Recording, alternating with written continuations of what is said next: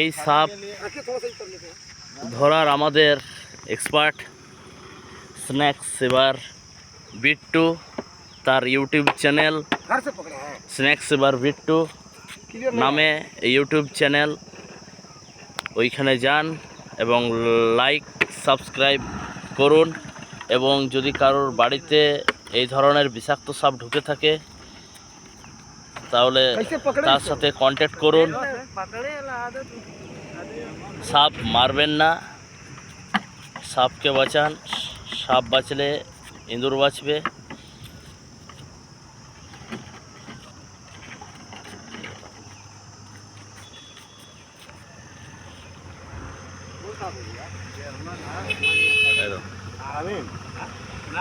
সাপে যদি কাটে তাহলে কিন্তু ওঝাগুনি চক্করে থাকবেন না, সোজা কিন্তু গভর্নমেন্ট হসপিটালে গিয়ে,